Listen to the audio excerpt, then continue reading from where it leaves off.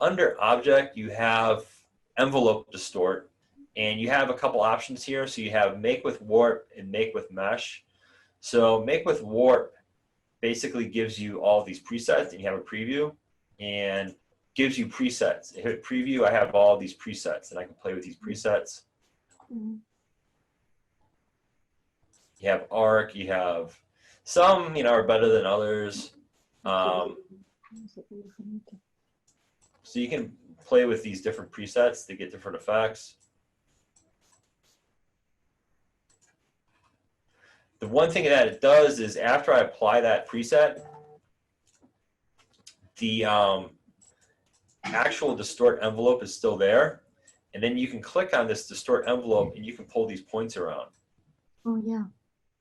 But the problem is now you can't really go back and change the type or the vectors, I should say. You can't change the vectors because now you have this distort envelope. Yeah. So it's kind of like a type of mesh over the shape itself. If you want to get back to the actual vectors, though, what you have to do is go into Object and you go back into Envelope Distort, and you can do two things. You can hit Expand, and then that basically goes back to your vectors, so you can play with the vectors again. You can affect the vectors. Or what you can do is you can go to Object and go into Edit Contents. And what that does is it kind of overlays it, so you can go in here and then grab points and adjust your points again. One of the things I'm doing is up in my control menu, I have icons for the edit envelope and the contents. If I click on edit envelope, I'll go back to that warp effect, and the actual mesh is called an envelope. But if you just double click, you go into the mesh itself.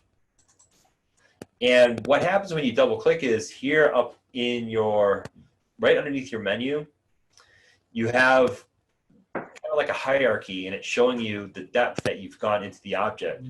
So you can go in here, play with the vectors in different ways. And then if you want to get out of it, you can either go back to this original edit envelope and click that, or whenever you see this bar here and you're at this level, just click on this arrow and it goes back up into that top level so you can affect it. And I think I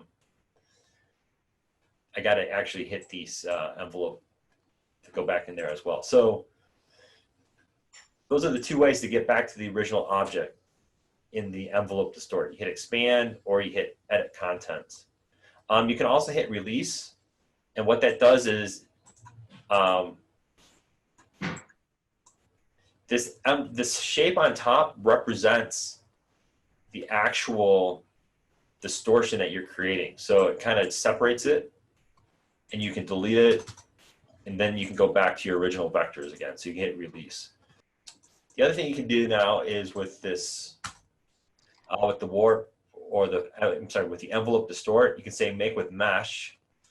And what make with mesh does is basically creates a grid, and you can specify the size, hit OK, and then you can grab these points. It's like a lattice type effect. You have to use your direct selection tool to actually move these points around. So you have to hit Shift, or you have to hit A, just A, and then you can move the mesh around like this. So in a way, it's kind of like that puppet warp tool. And it's made up of a lattice of Bezier handles, basically. And you can either move the end handles or the middle control point. So those are some things you can do. And again, to actually release it, you go to Object, you go to Envelope Distort, and you pick one of these options. If I say release again, is basically you're seeing this as a shape on top. So this shape on top, if I create a rectangle, let's say, like that, and I select a shape on top and I select what's below it, and I go into Object, I can pick make with top object, and it turns that top object into my mesh. So if I use my direct selection tool again on a point, now that top object is my mesh. So I can play with different types of shapes. I can play with an ellipse, let's say, and use this as my distortion object. So I click both, I go to object, I go to envelope distort, and I say make with top object. Make with top object. Oh, there you go. Thing underneath should conform to the shape that you created. So now I have this sphere like this, or this ellipse, and that is deforming the shape below based on the ellipse on top.